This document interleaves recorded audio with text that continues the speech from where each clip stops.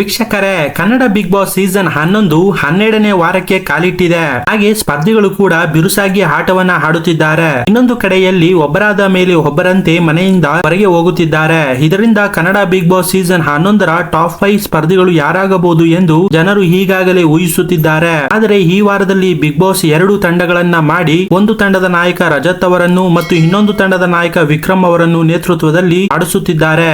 ಈಗಾಗಲೇ ಈ ವಾರದಲ್ಲಿ 4 ಗೇಮ್ಗಳನ್ನು ಆಡಿಸಿರುವ ಬಿಗ್ ಬಾಸ್, ಅದರಲ್ಲಿ ವಿಕ್ರಮ್ ಅವರ ತಂಡ ಎಲ್ಲಾ ಗೇಮ್ಗಳನ್ನು 4 ಗೇಮ್ಗಳನ್ನು ಗೆದ್ದು ಬೀಗಿದೆ. ಈ ಕಡೆ ರಜತ್ ತಂಡವು ಸತತವಾಗಿ ಸೋಲುತ್ತಿದೆ.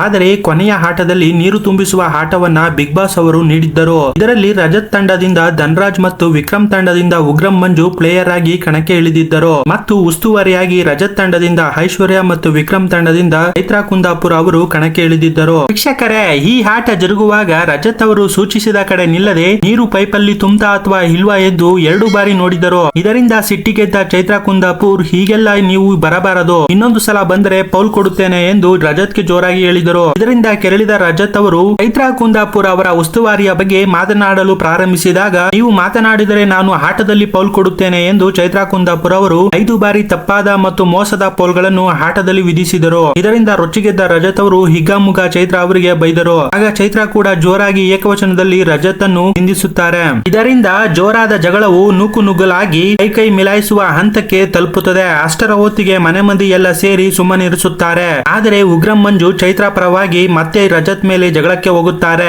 ಮತ್ತು ಇದರಿಂದ ಕೆರಳಿದ ರಜತ್ ಉಗ್ರಂ ಮಂಜುಗೆ ಸಖತ್ತಾಗಿಯೇ ಟಾಂಗ್ ಅನ್ನು ಕೊಡುತ್ತಾರೆ. ಹೀಗೆ ರಜತ್ ಮೇಲೆ ಉಗ್ರಂ ಮಂಜು, ಚೈತ್ರಾ ಕುಂದಾಪುರ ಅವರು ಇಬ್ಬರು ಸೇರಿ ರಜತ್ ಜೊತೆ ಜೋರಾಗಿ ಜಗಳವನ್ನು ಮತ್ತು ಕೂಗಾಟವನ್ನು ಮಾಡುತ್ತಾರೆ. ವೀಕ್ಷಕರೇ, ಚೈತ್ರಾ ಕುಂದಾಪುರ ಅವರು ಕೊಟ್ಟಂತಹ 5 ಪೌಲ್ಗಳು ನಿಜವಾಗಿಯೂ ಸರಿಯೇ ಅಥವಾ ಬೇಕಂತಲೇ ಚೈತ್ರಾ ಕುಂದಾಪುರ ಅವರು ಎದುರಾಳಿ ತಂಡ ಸೋಲಿಲಿಕ್ಕೆ ಈ ತರದ ಪೋಲ್ಗಳನ್ನು ಬೇಕಂತಲೇ ಕೊಟ್ಟಾರ? ಇದರ ಬಗ್ಗೆ ನಿಮ್ಗೆ ಏನು ಅನಿಸುತ್ತೆ ಅಂತ ಕಮೆಂಟ್ ಬಾಕ್ಸ್ ನಲ್ಲಿ ಕಮೆಂಟ್ ಮಾಡಿ. ಹಾಗೆ ನೀವು ಇನ್ನು ನಮ್ಮ ಚಾನೆಲ್ ನ ಸಬ್ಸ್ಕ್ರೈಬ್ ಮಾಡ್ಕೊಂಡಿಲ್ಲ ಅಂದ್ರೆ ಬೇಗ ಸಬ್ಸ್ಕ್ರೈಬ್ ಮಾಡ್ಕೊಳ್ಳಿ. ಈ ವಿಡಿಯೋ ಇಷ್ಟವಾಗಿದ್ದರೆ ಲೈಕ್ ಮಾಡಿ ಮತ್ತು ನಿಮ್ಮ ಫ್ರೆಂಡ್ ಗೆ ಶೇರ್ ಮಾಡಿ.